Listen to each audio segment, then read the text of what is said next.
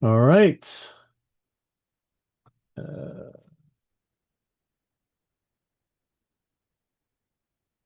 so once again, happy Monday, Math 1410, and we are on lecture number 3. And today we're going to be covering, we're going to go into chapter two, well, not going into chapter 2, we're going to continue chapter 2, and now we're going to um, go over the center and the spread of the data. All right. But before we start, we've have couple of new students joining us with our class in our class, so welcome.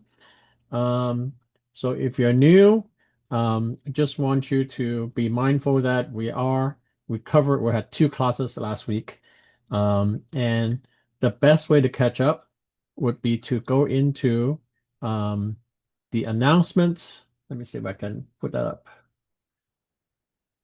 Let's see, where's our class?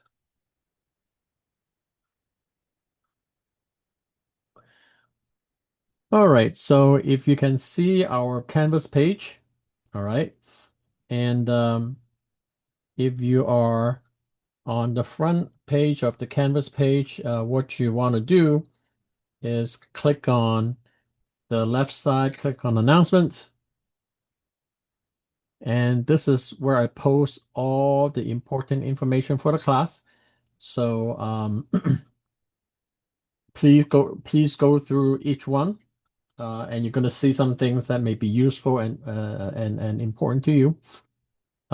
Especially if you were not with us last week because you just enrolled, I would recommend that you watch lecture 1 and lecture 2. And this goes for all of you. Okay, if you miss a class and you don't know where to catch up on the material, it is in announcements. And for every lecture, I'm click on lecture 2. This would be the lecture we did last Wednesday. Okay, and as you can see in this announcement post, it's got everything. Okay, it has the PowerPoint sets that we used, and we also have um, not one but 2 class recordings. First one is on the lecture.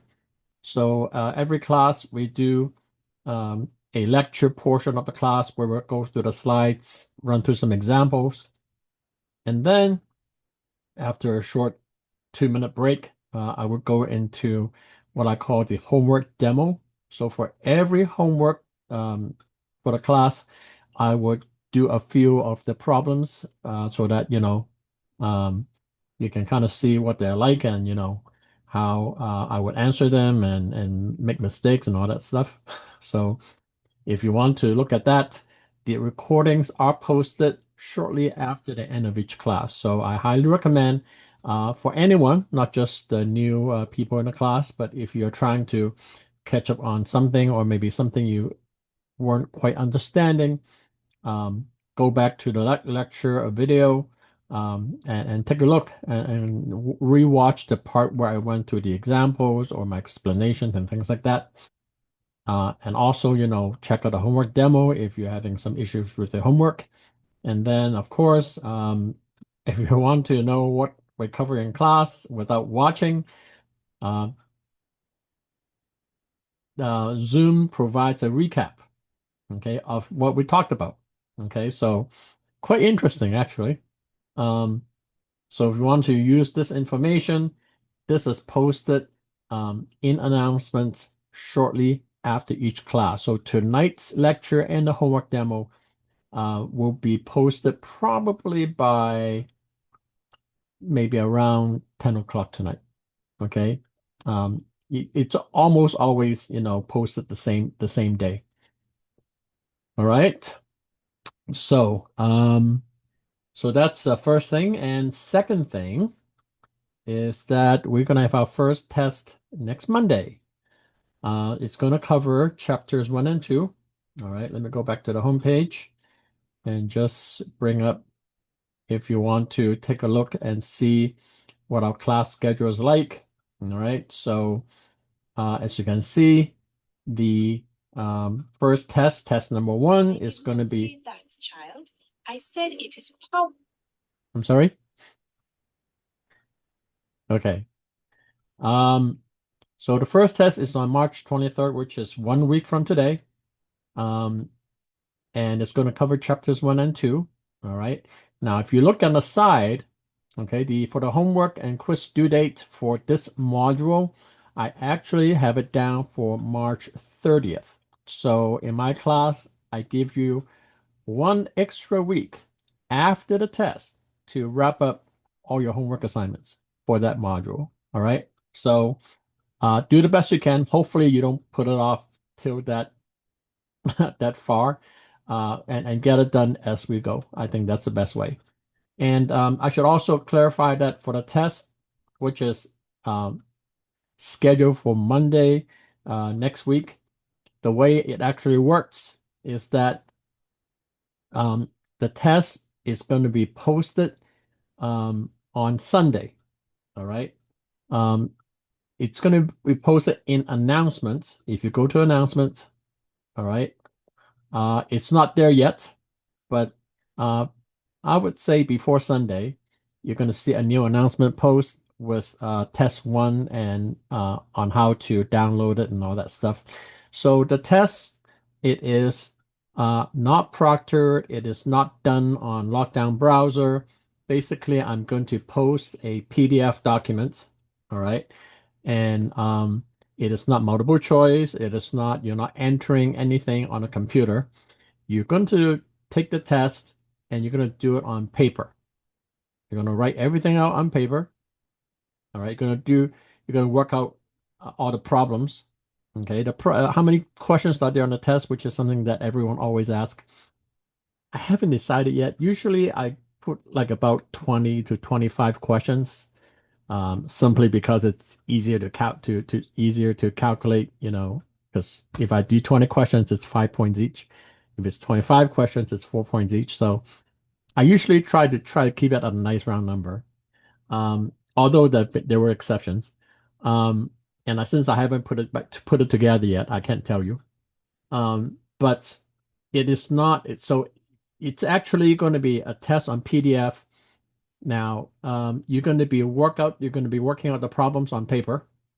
Okay. Now, do you have to download and print the test? Actually, you don't. All right. You can follow the instructions and just do your work on paper and then just submit, your work on paper. You're going to upload it back on Canvas. So it's going to, um, after Sunday, there's going to be test one that's going to be on Canvas, which is where the test is going to be posted. So you download the test. When you're done, you're going to upload it, back on that page. Okay, so I'll be grading it after the deadline, which is Monday night. Okay, so you have 2 days to work on it. All right, it is not proctored, and obviously it is open book, open notes. There's not going to be anyone watching you to do it. I'm not a fan of that. You know what I'm saying? Not that I don't think, not that I think everyone's going to be completely honest, with their work, but especially in statistics, statistics is such a multifaceted. Um, I'm gonna get to that about class. Thanks, Casey. It has a lot to do. Like, you know, it's hard to even give a test in class. As a matter of fact, if we have a live class, I'm not even sure how I'm going to administer that test because within 1 hour there's so much limitation on what I can do. But with 2 days, I can have you guys do more different things. All right. Um so it is not proctored, open book, open notes. Now the only thing you're not allowed to do is to have someone else do your work for you, or uh, use AI, Chat GPT, whatever, okay, and have them do it for you. How would I know? Well, I can kind of catch it. I don't know. I can't tell you how, but I reserve the right to uh, request a Zoom meeting, okay, and have you go on camera and explain to me what you did. All right. So let's hope we don't have to do that. All right. But it is something that I could and I will do, and I have done that actually. So everyone just do your own work. All right. You have plenty of time, no time pressure. All right. You have all the resource at your disposal. Okay. You can use a book, you can use any web resource. Okay. As long as you don't have someone else do it for you. That's all I'm asking. No one else and no AI. All right. Just do your own work. And uh last quarter, I think most people did fine. Most people did all right. All right. Um, so and I think you guys should have enough time. Now, if you have any trouble getting your test submitted by Monday night, Monday, 11:59 p.m., send me a message. All right. Tell me what's going on and how much time you need and all that kind of stuff. And I'll be more than happy to make that extension, if it's appropriate. All right. And Casey is asking, will we meet for class on Monday the 23rd? Answer is no. No class on Monday because you guys will all be working on your test, right? So we're not going to meet on Monday. We do not meet on test days. All right. So we'll meet today, we'll meet Wednesday, and then, we'll skip Monday and we'll meet the following Wednesday. Now, those of you who have had me in a previous class before, this class is going to run a little bit different. Okay. In the previous classes, we're in person and I give you a review and all that kind of stuff. But for this class, we're not going to do that. But once again, you have 2 full days to figure this out. Okay, using any resource that you're legally to use. All right. So hopefully, that's enough for you to, put it together. Okay. And of course, you're more than welcome to review the lectures that I posted. If you have any questions about anything, feel free to message me. I'll be more than happy to answer your questions. Okay. All right. Any questions about the test or class-related information? Okay. All right. I have some ideas about what I want to put on the test.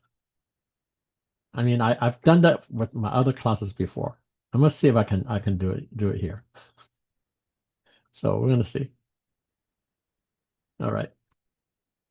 Yeah, that's some interesting we can do in statistics. This class is so different from a math class. Math class is just all problems and oh, do you know how to solve this equation? No, no, no, no, no, no. We can do so much more here. All right. You'll find out. You'll find out. All right. So back to our lecture. We are, as I said, we are covering um, central tendency and variation. Two fancy words that basically it's telling you that for every data distribution, all right, every data distribution has two measurements. Okay. First measurement is the center. Where is your data centered at? All right. Can't think of it like your address. Where do you live? Okay. The other description of a data distribution of a data set is how wide does it spread? I know it sounds really funny. Okay, well, what kind of measurement is that? Well, guess what? You can have two data distribution that has the same center, okay, but one can have a wider spread than the other. The other could look like this, okay? Two very different data distributions. All right, so um, pretty much everything we look at from now on is going to revolve around these two measurements. Okay, the center and the spread. All right. So let's talk about center now. Before I go further, I have to give you guys a heads up. We are still in what I considered the easy part of the class. Easy part of the class basically means that these are things that you probably already know. You probably had it sometime before, maybe in high school math class or something. Okay. And you're going to think, this class is easy. Um, I'll tell you now, after the first test, things are going to get harder. All right. So if you're looking for action, it's coming. All right. So um, anyway, so let's go into let's see next. All right. So the center, um, these are measurements of the center, mean, median, and mode. I'm sure you all have heard of it and understand what it is. We're going to talk about weighted mean, okay, for a little bit. And also, we're going to um, talk about how you calculate the mean of group data. Group data basically is like, okay, let's say if you have a frequency table, okay, frequency table. Um, so how do you calculate a mean using the frequency table? Okay, if you wonder how that is different, you'll see it when we get there. All right. And then lastly, for every data distribution, okay, now I know that I've been drawing the bell-shaped curve, but every data distribution is different, okay? It can be something really strange. It can be like this. It can be like this, okay? Data distribution comes in all shapes and sizes, all right? So, um, we're going to take a look at a few different kinds, okay? So, you know, you're going to be able to see all the different kind of shapes. All right, fun times. Okay, next. So first, let's talk about central tendency, the center of the data. Okay, the three most common way of measuring are mean, which is your average. Okay, median, which is the center. Okay, and mode, which is the most frequent. Okay, I'm sure, I hope some of you, you've seen some of these definitions before and have used them, but we're going to revisit them. Okay. Um, all right, so mean. Okay, now I'm I hope everyone knows how to calculate the mean, the average. Basically, you add up your data points divided by total number of observations. All right. So if I have 5 data points, okay, so let's say 6, 10, 12, 15, 18. Okay, I'm going to calculate the average, okay, the mean. Okay, so I'm going to add them up and divide by 5 because there are 5 data points. All right. Now, you guys going to start seeing some crazy symbols in this class. Do not worry. I'm going to explain to you what they are. All right. And once I explain them to you, it doesn't look so strange anymore. So first of all, is this this thing. Okay. Um, this is the Greek letter sigma. Sigma mean all this letter means is add. Okay, or sum. Okay. So sum of all the x's. So if all my data points are x's, okay, so these are my data points, all right? So the sum of them is just 6 plus 10 plus 12 plus 15 plus 18. That's all right? Now, so after we add up the x's, now what do we do to get an average? Okay, we're going to divide by number of data points, which is n. So n, in this case, is 5, right? So sum of x divided by n, this would be our mean, aka average. All right. Now, mean also has a symbol, okay, devoted to it, okay, and it's the Greek letter mu. Okay, so this is mu, okay, which is mean. All right. Now, um, if you remember last week, we talked briefly about the population and the sample. All right. Population is everyone there. Sample is, we choose a selection from the population to study instead of going through the entire population. All right. So when we do calculations, we do make the distinction between whether the average, the mean is from a population or from a sample. Okay. The calculation is the same, but we do want to distinguish between the two. And if we are dealing with a population mean, okay, that would be mu. All right. Now, if we are calculating the average, the mean from a sample selection, so we draw a few data points and we calculate the mean from the sample. Now, that instead of the mu, we're going to use X bar. X bar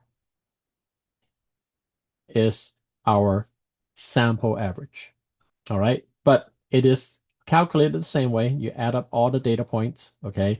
Now the big N is population size. Okay. And if you calculate, the average for the entire population of Omaha, I think it's like 260,000 or something. I think you guys have less than 300,000 people. So anyway, so your population size is going to be like, 260,000, whatever. All right. But if I am calculating the average from a sample, okay, the small n stands for sample size. So my sample, let's say I pick 1,000 people, okay, to calculate the average from the sample. So then the small n is going to be 1,000. All right. So big N is that. Okay. So just a lot of symbols and terminology. All right, so an example. So we're going to find a sample mean. Okay, so we take a sample of adults, okay, and we weigh them, okay, and this is our data, and we're going to calculate the sample mean. So we're going to add up all the data points and divide by the sample size, which is 1, 2, 3, 4, 5, 6, 7. All right, so sample divided by 7. Now, I haven't added the numbers yet, so I don't know what it is, but I think we'll find out on the next page. All right, so um, as we can see, so sum of the x's, okay, is 1,810 divided by 7. So the sample mean is 258.6. Any questions? All right. Okay, median. Median is the middle of the data. All right. So if I have 1, 2, 3, 4, 5, 6, 7, the median is the number 4. All right. Now, why is it number 4? That's because number 4 is in the center, right? There are 3 data points to the left, 3 data points to the right. Okay, but what happens if you have even number of data points? So what if we have 1, 2, 3, 4, 5, 6, 7, 8? Okay, now the middle of the data is 4 and 5, right? So the median would be 4 plus 5 divided by 2. Okay, so which would be 4.5. All right. Any questions on how to calculate the median? All right, so here's the same example, I think. Okay, we have 7 numbers. All right, and we'll find the median. Now, one thing you do need to do, if the number is not sorted in order, you need to put them in order. Okay, so we have 223, 235, 235, and we got 268, 274, 285, and 290. Okay, so what's the middle data? The middle data is 268.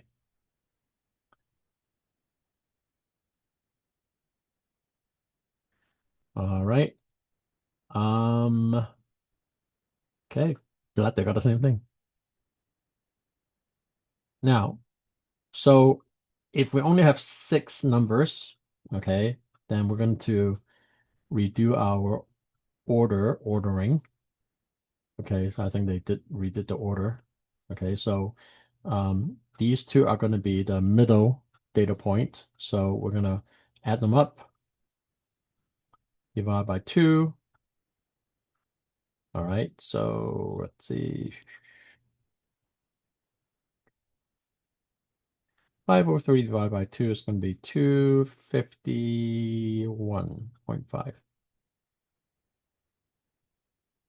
Let's see if I'm right. Did that math very quickly. Yep. So you take the two middle numbers and divide by 2, and that's your median. Mode. Mode is the data, it's the most popular data point. All right. So if there isn't any data point that appear the most often, then it has no mode. All right. And if two or more entries have the same popularity, okay, then it's called bimodal, okay, or here it says 2 entries. Although I think if you have more than 2, I'm not sure what they're going to call it. I'm not sure. I don't think they're going to call it multimodal or something, but something that we don't deal with a lot. Um, so in this example again, okay, we notice that 235 appeared twice. So that's going to be the most popular um, data point, and that would be the mode.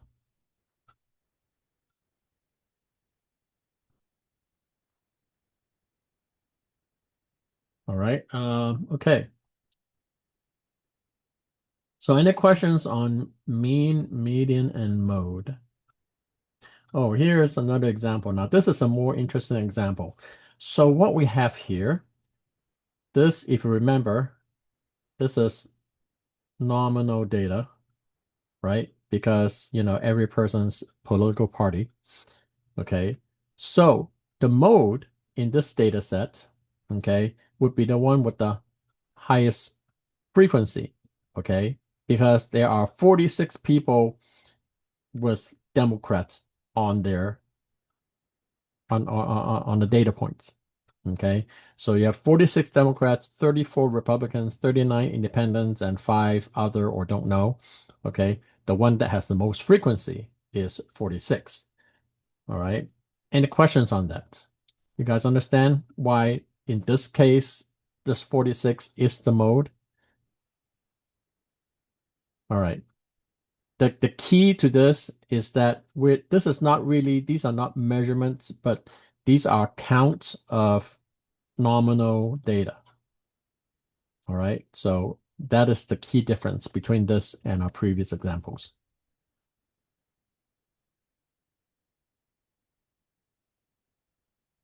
All right.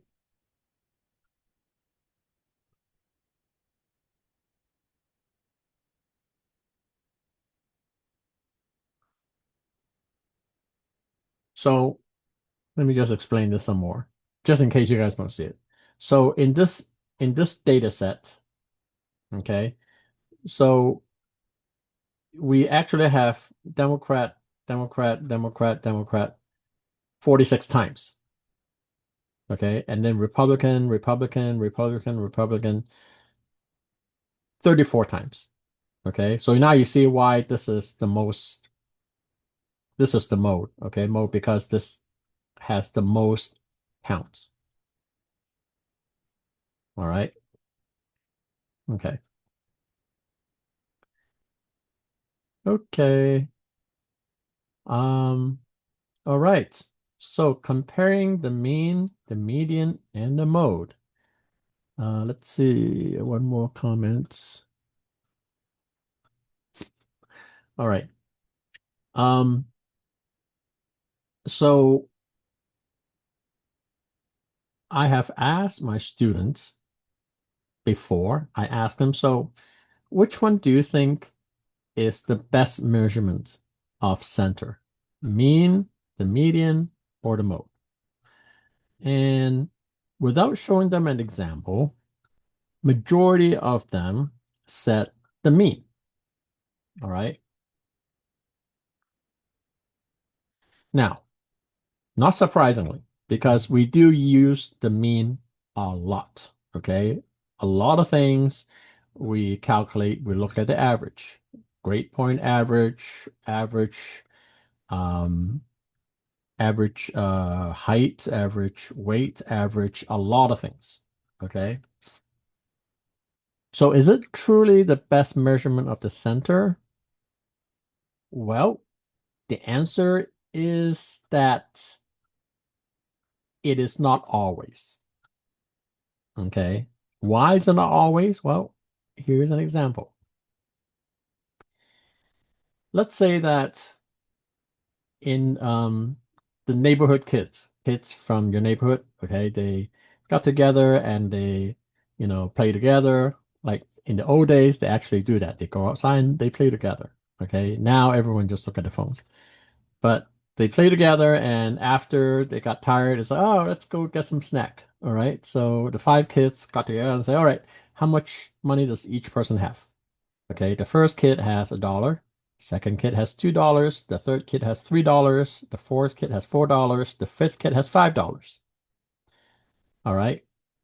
So the five kids, this is how much money they have. So what is the mean? Mean is 1 plus 2 plus 3 plus 4 plus 5 divided by 5. Okay, and if you do the math, 15 divided by 5, this equals to 3. All right, what's the median? Median is also 3, right? Okay, so median also 3. Okay, so good. All right, so 3 is the center of the data in this case. Now, let's say that 2 weeks later, the kids got together again, they played, and then they want to go get a snack. And how much money does every kid have? Okay, first kid has $1, second kid has $2, the third kid has $3, the fourth kid has $4, the fifth kid, their family won the lottery, so won a lot of monies, and the kid has got a wad of cash in his pocket. He had $5,000. All right, so let's look at that. Let's take a look again. So what's the average? Mean. Mean is going to be 1 plus 2 plus 3 plus 4 plus 5,000 divided by 5. Okay, if you add them up, it's going to be 5,010 divided by 5, which is 1,002. The median, however, still 3. So here's the question. Is the median or the mean a better reflection of how much money the kids have?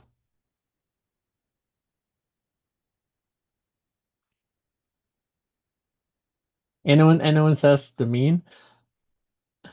Okay, median. Okay, good. All right. Well, if you notice, really, all the kids except the one who won the lottery, they still have the same amount of money as they did before. Okay. Whereas the mean somehow got distorted, because of the large number, for kid number 5. Okay. So um I hope most of you would agree that the median is a better reflection of the center of the data. Okay. Which is the reason why, even though the mean is used often to report the center of the data, there are times when the median is used, especially whenever the data can get distorted. Okay. When do data get distorted? They are distorted by what we call outliers. Outliers are extreme values, either valid or invalid. Okay, invalid, sometimes people, by accident added a 0 to the number without noticing it. Okay, that will create an outlier. Okay, but the extreme values would distort the mean more than the median. All right. And this is also the reason why sometimes, if you listen too carefully, when you listen to reports, maybe you read about it, certain information are reported using the median, such as median salary, median household income, median property value. Okay, because you can have houses that are about the same value down the street, and suddenly across the street there's this big mansion that costs like $10 million. That will really distort the property value of the neighborhood if you calculate the average. So, so hopefully that is a good illustration of the difference between the mean and the median. All right. Okay. So, um, if you have a data set such as this one, all right. So, here's the question. We're going to find the mean, the median, and the mode of the ages. And we are asked if there are any outliers. Okay, I think I see one. All right, which measure of central tendency best describe typical entry of this data set? Without doing a calculation, I'm tend to say median, especially because when we already notice an outlier. All right, but let's see what they said. So, uh, so they calculated the mean to be 23.8, the median to be 21.5, and the mode to be 20. Okay, because we got all these 20s. All right. So we can see that the mean is higher than the median. All right. And median is higher than the mode. So what does this mean? Um, so they also highlighted the outlier of 65. All right. The median, okay, is not affected by the outlier. All right. Um, the mode, okay, it exists, but it doesn't appear to represent a typical entry. Okay. Somehow your lowest um, data point is also the most frequent. All right. So mode sometimes is not very trustworthy just because it has the most, it appears the most times, doesn't make that necessarily the center. All right. Okay. So here is a picture of that data. Okay. So if you're going to graph that data, here's an interesting picture. Okay. We see that the median is really the center. Okay. The mean get pulled by the outlier, so it's higher than the rest. And the mode, okay, somehow this is the most frequent data point. But the center, usually median is a very trustworthy center point because, the definition, by definition, it is the center. All right. Okay. Any questions on mean, median, and mode? All right. Next item we're going to go into is weighted mean. So in case you are not familiar with the term or what exactly it is, okay, here's an example. Let's say that in a different class, all right, I am going to give you guys 4 quizzes, okay, that's worth 15% each. And then one final exam that's worth 60%. Okay, so the 4 quizzes at 50% each. So that gives me, oh wait, maybe I should be 40. Sorry. Got my math wrong. Uh, erase this. Let me rewrite this. The final worth 40%. All right. So the total of the quizzes, okay, so 4 times 15% would be 60%. Okay, and then add it to the 40%, that gives you the 100%. Okay. But let's say that so the quizzes, they're all like 100-point quizzes. All right, and 100-point final. So the scores on the quizzes and the finals, even though they're both 100 points, but they don't weigh the same. Okay. As a matter of fact, to calculate what your score is, your total score is, okay, what I actually have to do is I'm going to have to take the 4 quizzes. Okay, so let's see. So I'm going to take the quiz 1 score plus quiz 2 plus quiz 3 plus quiz 4. Okay, I'm going to get the average of that. And that is only good for 60%.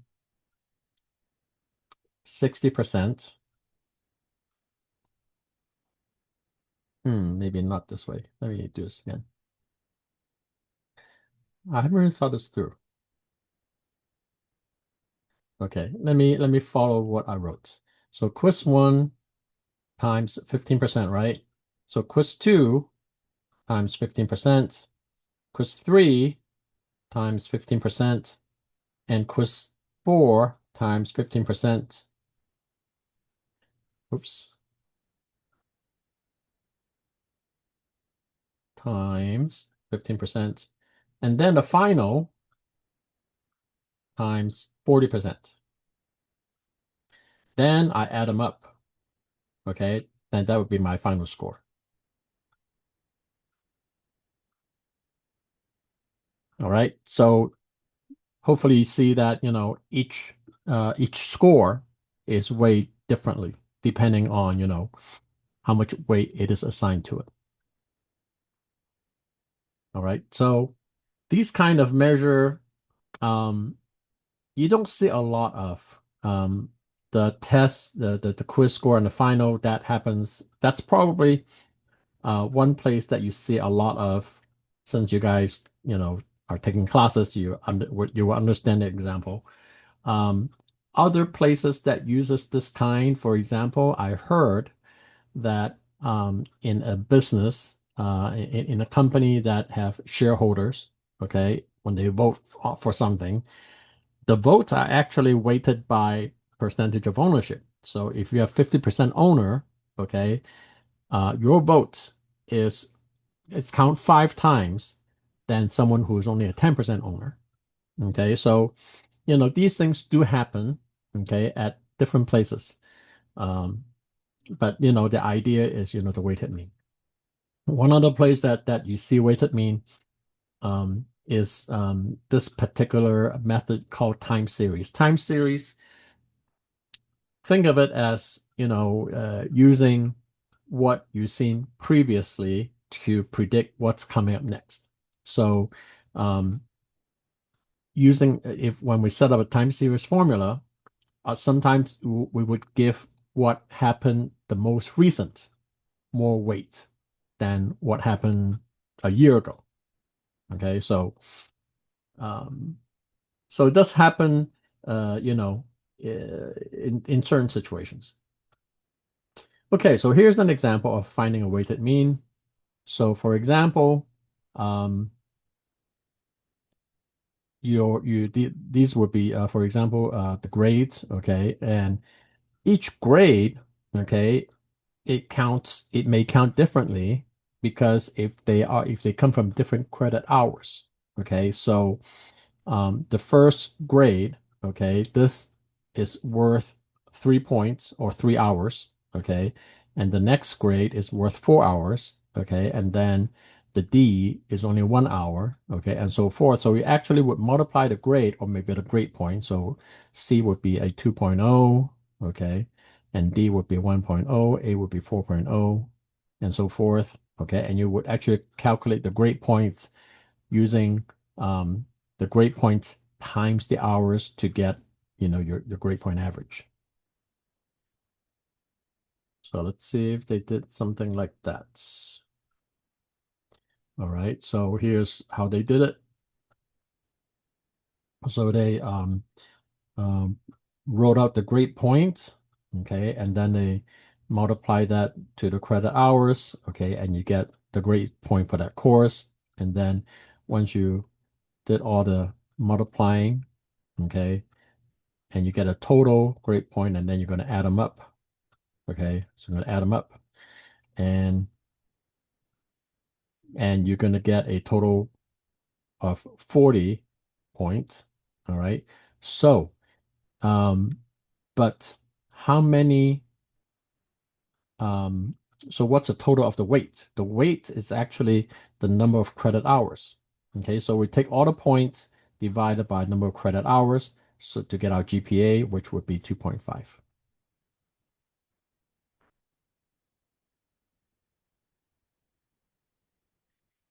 All right, any questions on that?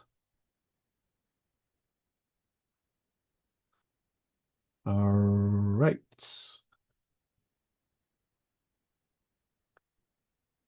Okay. Next, we are going into calculating the mean of grouped data. Okay, what do we mean by that? I'll show you.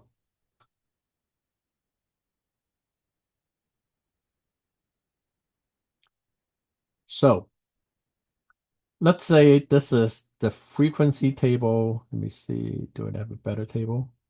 Nope. All right. If you remember last week when we were doing frequency tables, okay, remember that? So, um,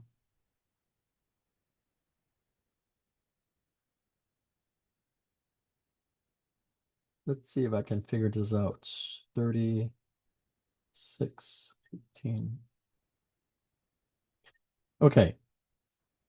So if you remember, let me see if I can draw another table. Okay. So let's say that we have these are the frequency, all right? So let's say this is a different data set. So let's say 1 to 10, 11 to 20, 21 to 30, 31 to 40, 41 to 50. All right. So let's say these are like ages of people that I see walking down the street. Now, so I would take down their age. So let's say the first person is 16, right? So I would put 16 on the second group because it's 11 to 20. And then second person is 24, and then the next person is 30. Okay, and then the next person is 5. Okay, and then we have a 55-year-old. Whoop, that wouldn't be here. Let's say we're not counting anyone above 50. So let's say 50. All right, so that would be on the last group. Okay, so what you're seeing here is the actual data sorted into a frequency table, right? Okay, so each group, okay, so here we have two here. No, it's actually it should be one. So we have one here, two here, 0 here, and 1 here. Okay, now if we have to calculate the average of these 5 people, okay, I can just take the actual data, right? I can actually take the actual data point and calculate the average for the 5 people. But let's say that we're given the table without this data, okay? Like we don't have the actual data. We only have a table like this. How am I going to find the average of the 5 people here? Okay, because if you notice that the actual data is not on here. Okay, this should be 30. So how do I find the average? Well, we use the class midpoint. Okay, so class midpoint for this one, I believe, would be 5.5 because I take the first number and the last number I divide by 2. So 11 to 20, this is going to be 15.5. It's going to be 25.5. You see the class midpoint? And so for each, so I pretend that every piece of data in each group has the value of the class midpoint. So I have a 5.5, and then I have a 15.5.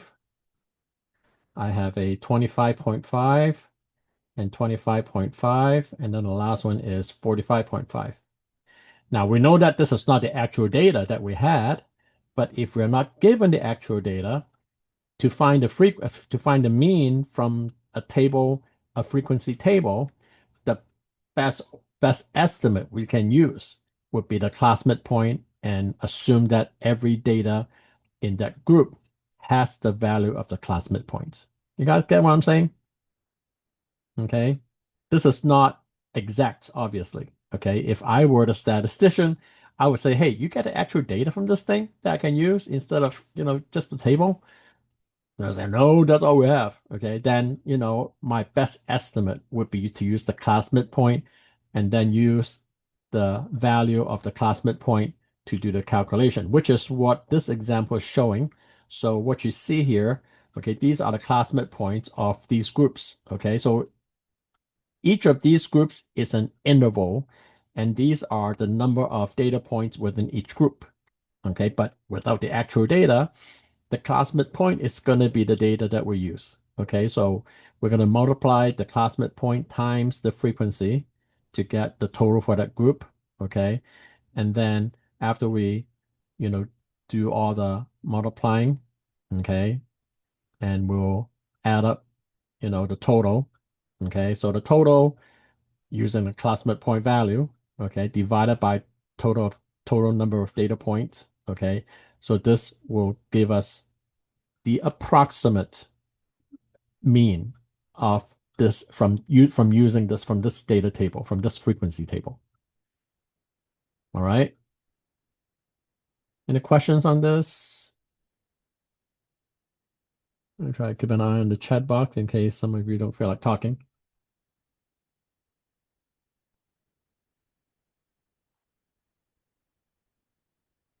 All right. So using the class midpoint, we got 287.7. Okay. So once again, this value is an estimate because it is based on class midpoints instead of the original data set. And I think I saw the mean from the original data set. 285.5. I think that's that's the actual data, the mean from the actual data. 285.5 and 287.7. So as you can see, okay, um, not the same, obviously. 285.5, this is actual. Okay, this is from table. Okay, but with not having the actual data, it's a good estimate.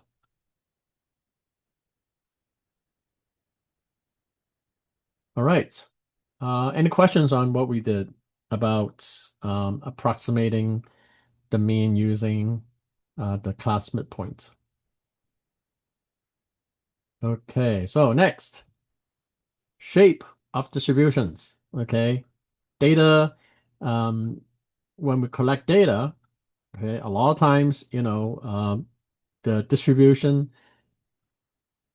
sometimes they get kind of unpredictable. Okay, although most of the time, most of the natural occurring measurements, okay, would follow some kind of symmetrical bell-shaped distribution.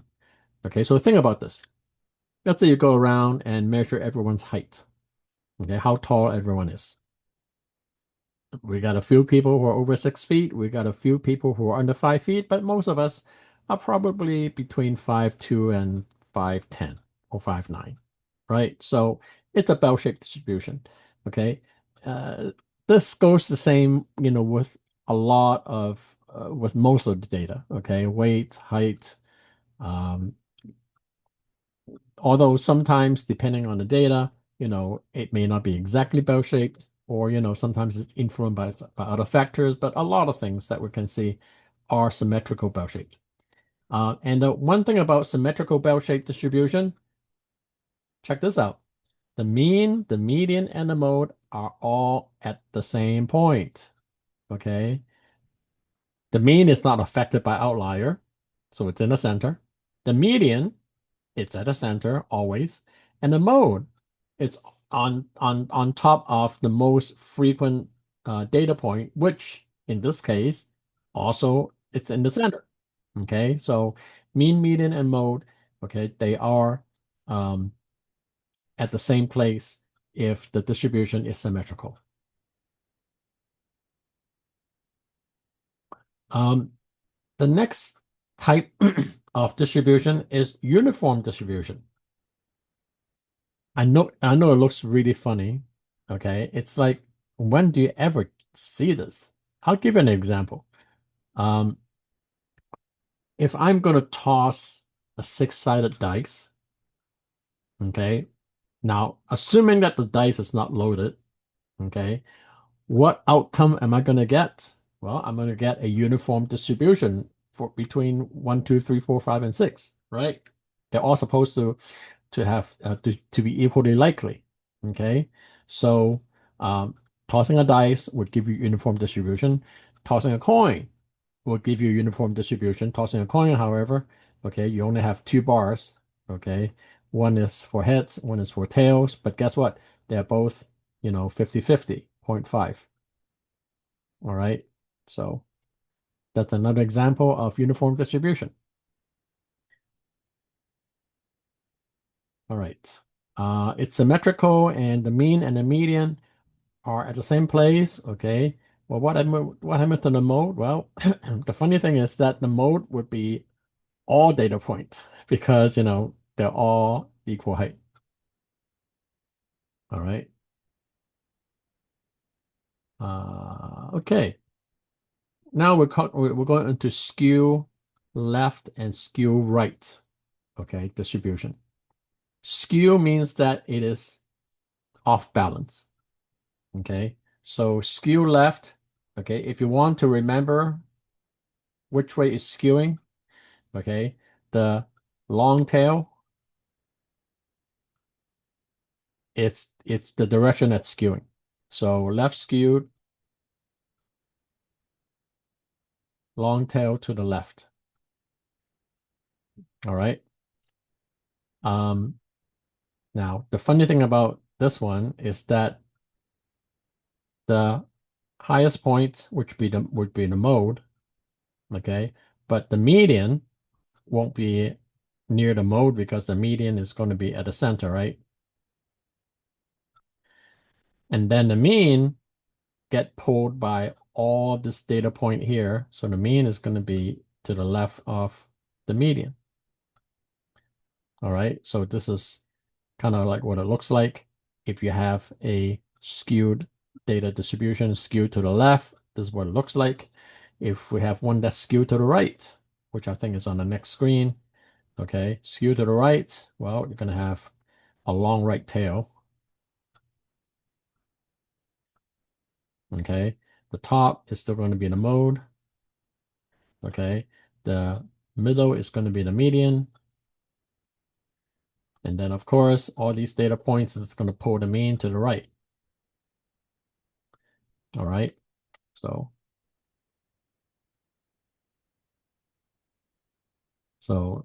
that's what it looks like here.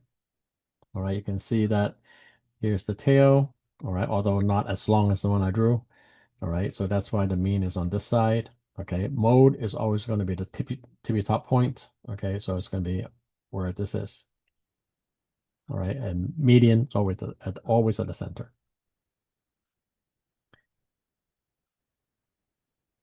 All right. Any questions on the last section?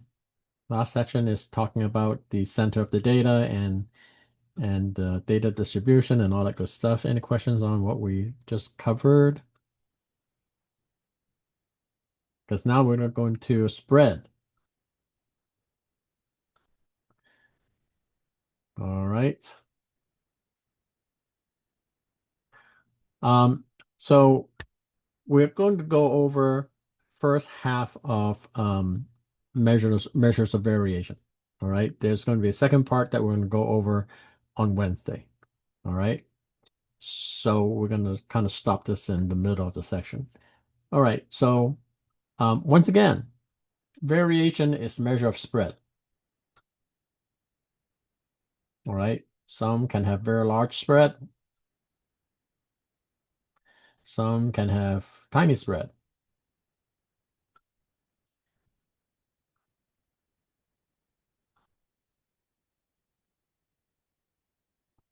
Okay, now, so first measurement of spread is the range. Range is probably the most basic measurement of spread. And basically, it's the largest value maximum minus the minimum. Okay, that's your range. All right. But the use of range is quite limited. Okay. It's not very precise. So we don't really use it in statistical calculations a lot. Okay. What we do use when we calculate statistics is, I'm sure you have heard of variance and standard deviation. All right. Those are not only measurement of spread, but they are units of measurement of spread. Okay. In a couple of lectures, well, actually maybe by next lecture, or maybe even before tonight, we're going to learn to say things such as one standard deviation, two standard deviations, three standard deviations. All right. Standard deviation is a measuring unit. Okay. All right. I think this is where we're gonna end tonight. Okay. And then next class, we're gonna be looking at the empirical rule, okay, and Chebyshev's theorem, okay, which is kind of a rough estimate of standard deviation. Okay. And then we're going to figure out how to um, use a frequency table. So let's say, we have to calculate standard deviation, but we do not have the data. We're only given a frequency table. How do we approximate the sample standard deviation for group data? Well, hint, same idea. We're going to be using the midpoint and use that as our estimate. All right. And then lastly, coefficient of variation. Um, Kind of, it's a good way to compare, similar data. Okay, let's say if they're going to compare how you guys do in this 1410 class versus how my class did last quarter, I can actually, calculate the coefficient of variation, to see, okay, well, who which class did better, okay, so to speak. All right. So many uses, when we look at variations. All right. So once again, range, the most basic measurement of variation. Basically, it is the maximum minus the minimum. Whoops. Sorry about that. All right. Um, and usually when we calculate spread, it is with measurements. Okay. It's hard to calculate spread when we have nominal or ordinal data. Okay, so if we're going to find the range, okay, so what you do is you're going to pick the largest and the smallest value. If you can, pick it out from the lineup. Okay, I think this can be the minimum. And the maximum looks like this one. Okay, so this minus that equals to 57 minus 47, which equals to 10. All right. And here, I think I see a 68, so that's the maximum. And the minimum looks to be 33. All right, so range is 68 minus 33, it's 55. Okay, so as you can see, okay, they look to be pretty similar data sets, okay, at first sight. But as you can see, one has a much larger range than the other. Okay, and what are we looking at? These are starting salaries. Okay, no wonder. All right, so interesting looking data. Let's see what we have. Oh, did I miss? Yeah, did I say did I miss 35? Okay, I probably did. I forgot what I wrote. So this is 68 minus 33, which is 35. Yes, you're right. Not 55, 35. Thanks for the correction. Okay, next. All right. So here, so I think here they did get the same number. Okay, so 10 for the first corporation.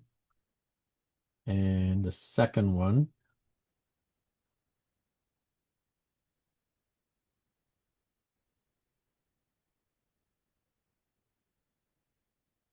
did they even do the second one? Nope. So for A is 10,000. Okay, so here's the other interesting part. So for both of those sets of salaries that you looked at, okay, these two sets, all right, they actually have the same average. They both have the mean of 51,500 and a median of 51,000, okay, and a mode of 51,000. So not only are the ranges very different, but these two data sets have the same center. Okay. So that's quite fascinating. That's a good example of, one that has a small range or small spread versus one that has a large one.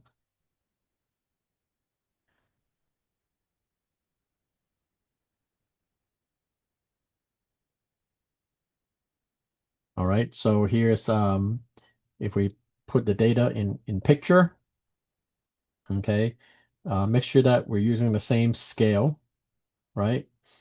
So we use the same scale and draw the data from the two corporations, their starting salary. We can see that the first one has a much smaller spread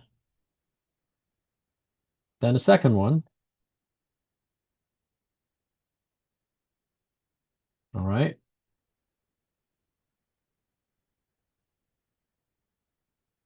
Okay. Um, so next we're going to look at deviation. So the definition of deviation is how far is it from the average? Okay. So the thing about range is not precise because it doesn't account for how different each data point is from the average, from the mean. Okay. So um, to accurately study the spread of the data, we kind of need the mean to be a reference point. Okay. So you can have, let's say if I'm drawing a line here, this is the mean. Okay. If all the data points are pretty close, okay, the spread is not large. But if we have data points that are far away, okay, then, this has much larger spread than that. All right. And that makes a difference. Okay, so if we're going to study the deviation, okay, which is the difference between each data point and the mean, okay, um, we look at the deviation away from the population mean, if we have the population, okay, or the deviation of the sample mean, okay, which is um, each data point, how far is it away from the sample mean? All right. Okay.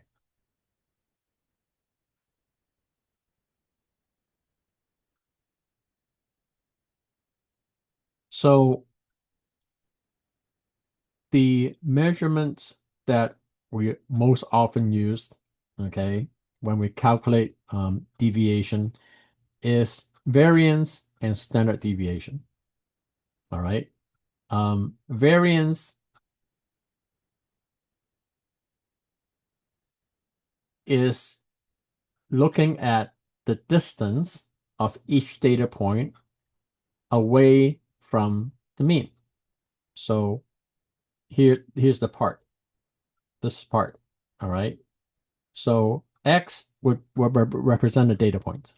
Okay. So the difference between each data point and the population mean. Okay. So this is how far from the mean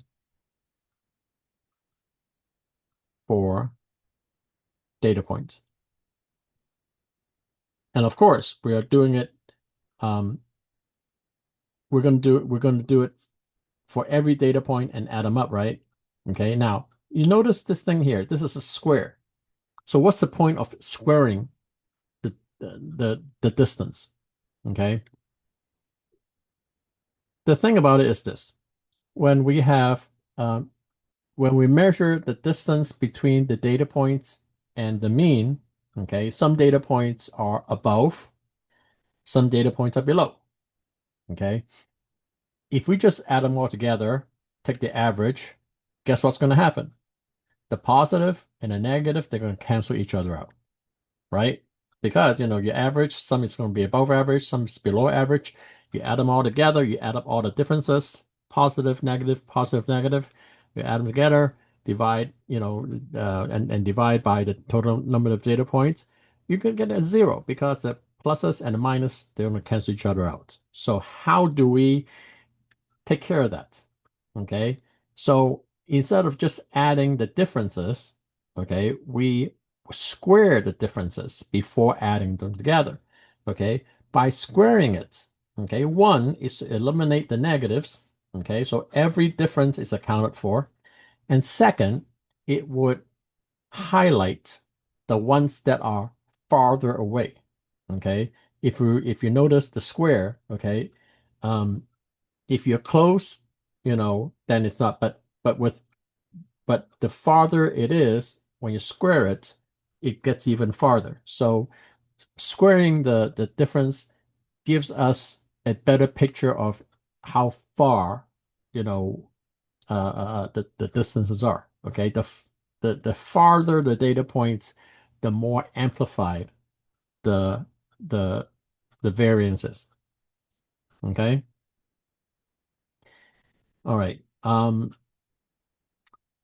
So to So after you add, so you're going to add up the squares of the differences and then divide it by the population size to get the variance, the population variance. Okay. The standard deviation, basically, it is the square root of the variance.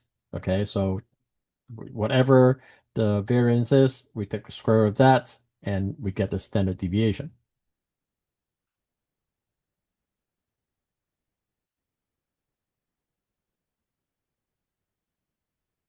Okay. So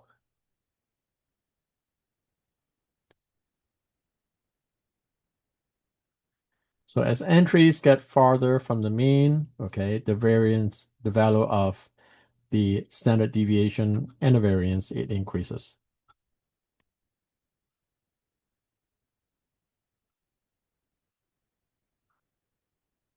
All right, this is just a summary, okay, on how to find the mean and the deviation. So, we start, first of all, we need to start with the mean first, okay? To calculate the spread, we need to know what the mean is. And then once we find the mean, we find the difference of each data point, okay? And then we're going to square each difference, okay? And then add them up together, okay? So we're going to add them up and then divide by the total number of data points.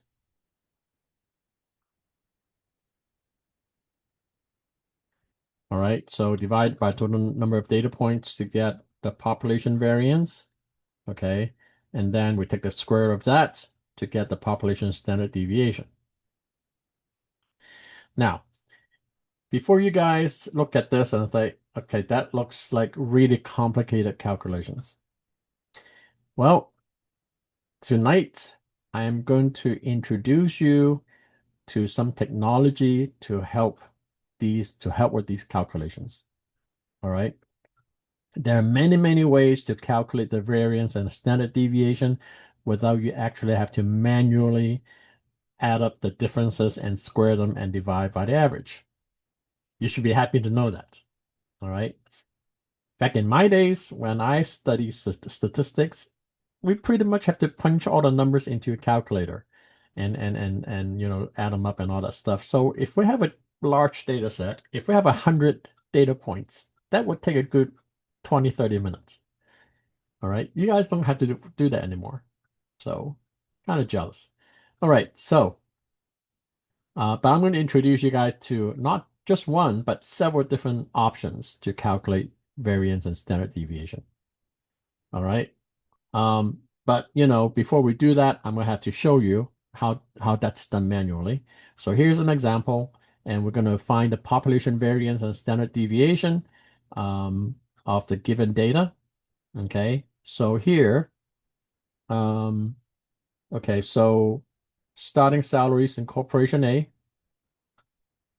Okay, so if you remember the data set, okay, the population has a size of 10, all right, and the total is of the data point is 515. Okay, so the mean is 51.5. All right, so note that. And then next, we have to calculate the differences of each data point. So for 51, okay, we're going to take 51 minus 51.5, so minus the average, to give us negative 0.5. Okay, and we're going to do that for all the data points. Okay, so you're going to get all the differences. Okay, now if you notice, if I just take all the differences and add them up, what do I get? 0. That's because, as I said, all your positive and negatives, they cancel out. So if you just add them up, you're going to get 0. But knowing that, we're not going to do that because we're going to square it before we add them up. Okay, so we're going to square it. Okay, and then we're going to add them up. All right, so this is what it's going to look like when we do that. So here we go. Okay, so we get the differences, and we're going to square the differences. So now we have all positive numbers, right? And if you notice, the one with the biggest difference gets even bigger when you square it. Okay, so that really amplifies the data that have data points that are far away from the mean. Okay, so you can see these big numbers. Okay, so if all your data points are close, then the numbers don't blow up like that. Okay, but when you have data points that are all over the place, yeah, your variance is going to be humongous. Okay, so you see that?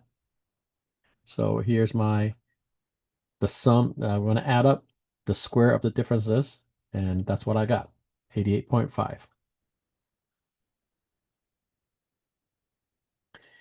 Okay, so now I can get the variance. Okay, so I take 88.5, the sum of squares, divided by the population size. Okay, and I get a population variance of 8.9, and then I take the square of that. Okay, the square root of 8.9 gives me approximately 3.0, which is my population standard deviation.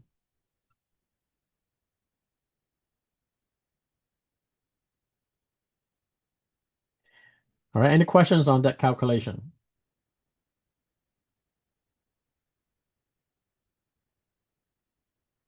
Okay. Now, the calculation for sample variance and sample standard deviation are similar, but not the same. Okay. Sample variance, sample standard deviation, we are still squaring the differences. and add them up. So this is still a sum of squares.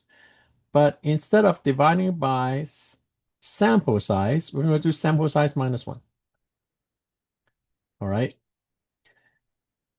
One of the most popular questions in first course in statistics from students is, why is n minus 1? Why make it more complicated? Population, you divide by n, but sample, you divide by n minus 1. Well, to make a long story short, the n minus 1 is actually an adjustment. Why do we need to adjust anything? I mean, isn't the variance and standard deviation, I mean, you're just calculating a spread, right? Well, it's because when we calculate the sample variance and sample standard deviation, remember, sample is an estimate of the population, right? We take a sample because we try to guess what the population is. The problem with using n instead of n minus 1 is that the differences are now away from the sample mean, not from the population mean. Okay. Now, nothing is wrong with that, but the thing is, the sample mean is not the population mean. So to make a guess on the population mean using the sample mean as the center is a little problematic. Okay. Using the sample mean as the center of this calculation, when we try to use a sample to make a guess on the population, okay, it creates a bias. All right. So in statistics, okay, the estimate using n is a biased estimate because we are not building the variance around the population mean. Okay, which granted, most of the time we don't even know what that would be, right? But knowing that the potential for bias is there, okay, some guy came up with an adjustment and he said that, if we use n minus 1 instead, after many, many studies, okay, they realized that using n minus 1 actually put the variance closer to the actual population variance. Okay, so to make a long story short, n minus 1 is an adjustment that makes the sample variance and the sample standard deviation more accurate because we are using these, mainly to or as an estimate for the population. And that's why we need to make that adjustment, okay, so that it's closer to what the population variance or standard deviation would be. But don't worry, you don't have to answer that question on the test, all right? But for anyone who's curious, why the difference? That was why. All right, so here's a summary on calculating the sample variance and standard deviation. So once again, now, as I said, we are starting using the sample mean, okay? Because oftentimes when we calculate sample variance and sample standard deviation, we are using a sample, because, we cannot study the population. Population has millions of people. We can't possibly study it. So we draw a small sample, study that instead, okay? But as a result, the sample variance and standard deviation, they are centered on the sample mean. All right. And so we are using the sample mean. We got we calculate the sample mean, and then next we're going to calculate the deviation. Okay, how far each data point is away from the sample mean. All right, we square that. Okay, because we want to get a positive spread. Okay, amplifying the large differences, and then okay, we add up sum of squares of the differences. All right. And lastly, we're going to divide by n minus 1. And now everybody knows why it's n minus 1, right? We're trying to adjust, adjust this as an estimate for the population, and n minus 1 is more accurate. divisor than n. Okay, so we take the sum of squares, divide by n minus 1, okay, to give us a sample variance, and then the square root of that will give us a sample standard deviation. All right, any questions? Once again, you do not need to worry too much about hand calculating sample standard deviation or population standard deviation. We may ask you to do it a few times while we're learning the definition of it, but later on, especially, I'll show you probably 5 different ways that you can do this calculation, without actually having to do any of these steps. All right. All right, so we're going to find the sample variance and standard deviation of this data. And here's the data set, okay? Players that recovered from the concussions in 14 days or less, okay? And versus players who took more than 14 days, okay? And we're going to calculate the sample variance and deviation of the recovery times. All right, so let's take a look at the data. So here's the first data set. Okay, and to start calculating, we would start with the variance first.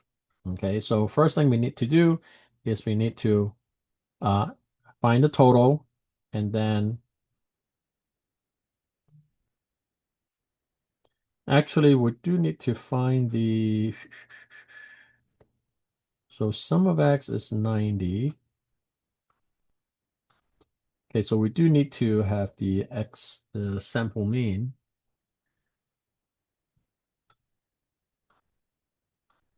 Where's the sample mean? Okay, not sure what happened to the sample mean. All right. Um, all right, so this looks like the X bar is 7.5, if you ask me.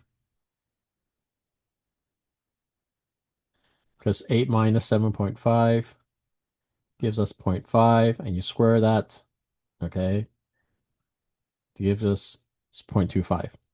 All right, so 10 minus 7.5, okay, gives you 2.5. And you square that, gives you 6.25, and so forth. Okay, so I'm calculating the squared, okay, the squares, and then I'm going to add them up. So the sum of squares would be 51.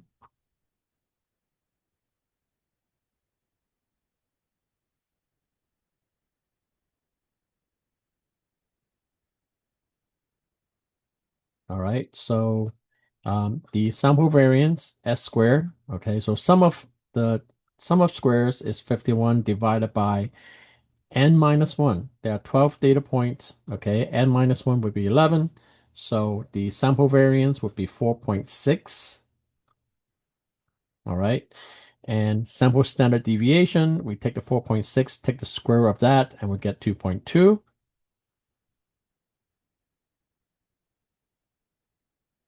All right. Okay.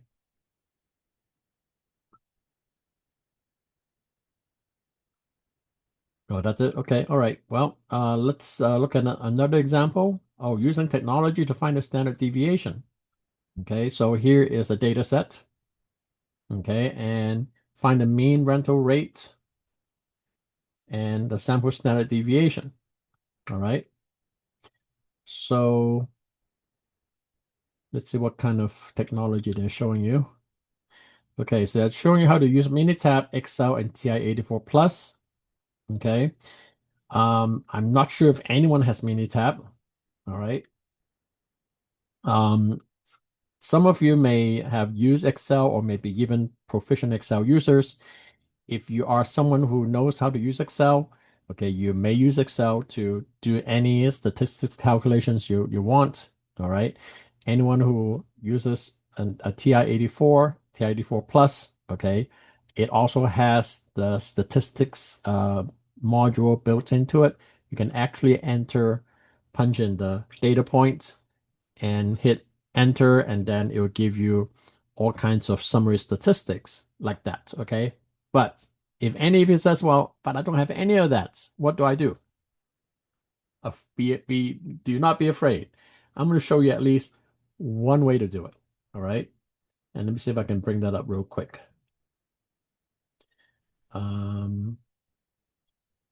So the first calculator I'm going to present to you is the standard deviation calculator.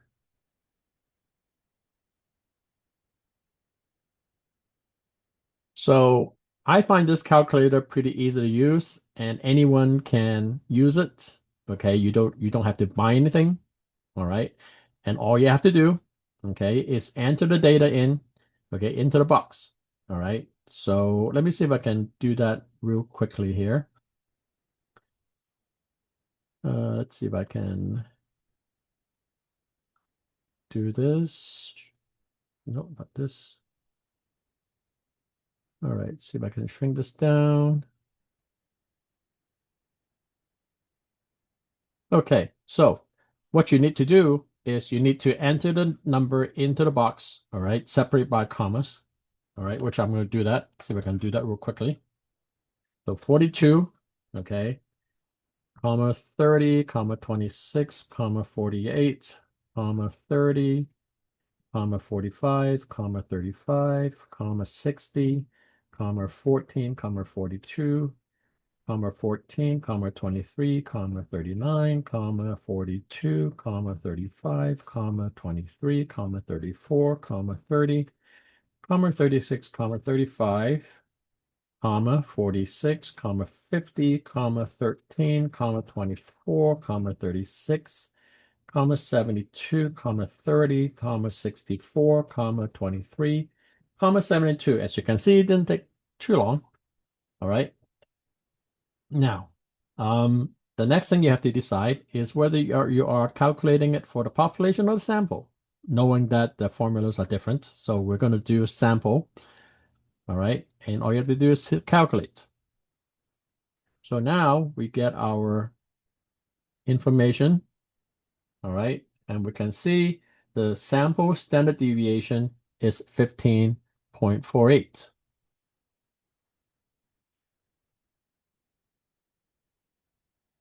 All right. And actually, it also calculates other information. So sum of squares is actually here. The mean is here. All right. And the variance, okay, is there. Okay. So quite a handy little thing. Okay. Without using Excel or, a calculator or something. Okay. So let's see if they got the same thing. I'm going to have the link to this calculator plus any technology I demonstrate in class posted in announcements. All right. Oh, is that the end? That is the end. How about that? We reached the end of the lesson. Okay, so you can see that the mean is set 37.1 and the sample standard deviation 15.48, which I believe matches what we got.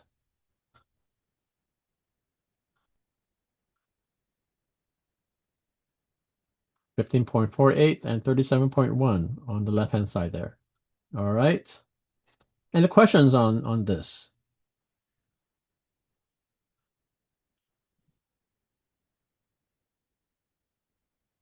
Yes, Casey, you're correct.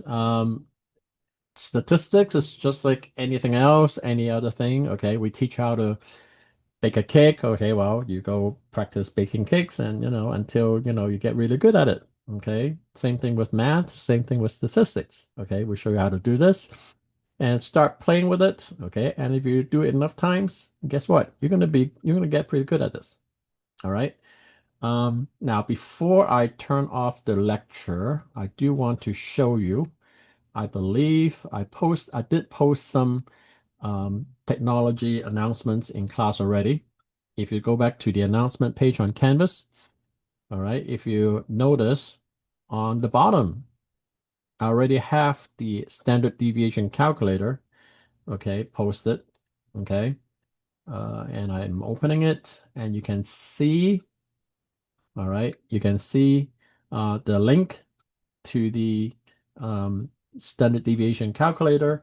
You're more than welcome to use it, for homework or whatever. Any technology I show you, you're more than welcome to use. As a matter of fact, I encourage you to get used to using the technology because, believe it or not, in practice, as a 30 plus year statistician professionally, I'll tell you that these are the tools we use if we have to, do like any impromptu calculations, for analysis.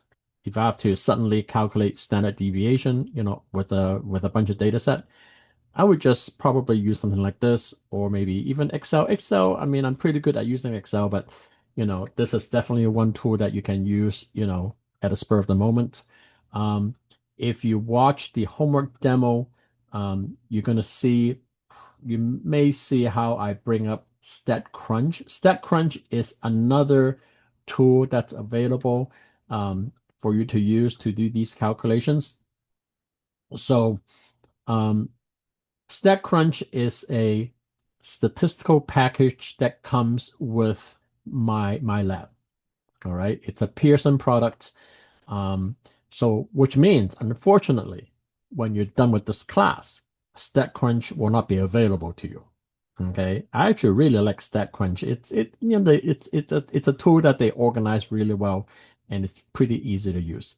Okay, so while in this class, you get to get to use StatCrunch, and that will help you with these calculations. Okay, what I will probably do um, is I have some demos on how to calculate um, descriptive statistics using Excel. So what you're seeing here on the screen right now, okay, you see the Excel output? Okay, this is actually from the data analysis module of Excel. All right. And I have a demo on how to do this. So, I'll post it in announcements. So for anyone who has access to Excel and who may have used it before and you want to, play with that, okay. Excel actually has a very good data analysis statistics module that will do a lot of the calculations, for this class. All right.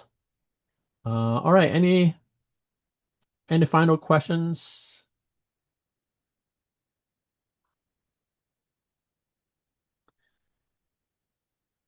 Everyone happy with everything that I presented? No questions?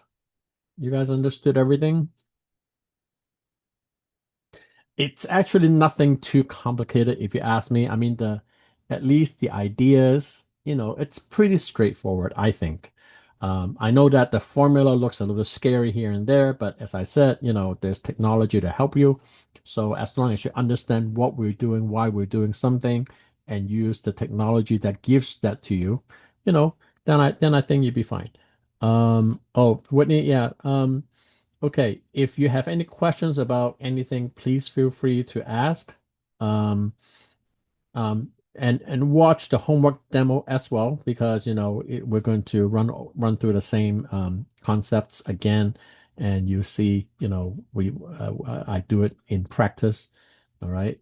And remember, everybody, if you have questions on homework, for example, okay, it doesn't matter how simple you think it is. Okay, if you have homework and you see, oh, calculate sample standard deviation, okay, and you just think that, I have no idea what that is, then feel free to click on, um, um, um, I think there's one of the arrows on the bottom, I think I showed you last time, that has Ask the Instructor link to it, okay? Feel free to ask me a question, all right? I've been more than happy to, walk you through it, if you want to, and, and yes, reviewing the lecture would help. Okay. And also just go ahead and do the homework. I think that would be helpful too. All right. Okay. Um, so if there are no further questions at this time, I'm going to take a 2-minute break and I'll come back and we will run through some homework problems. Okay. So let me stop this.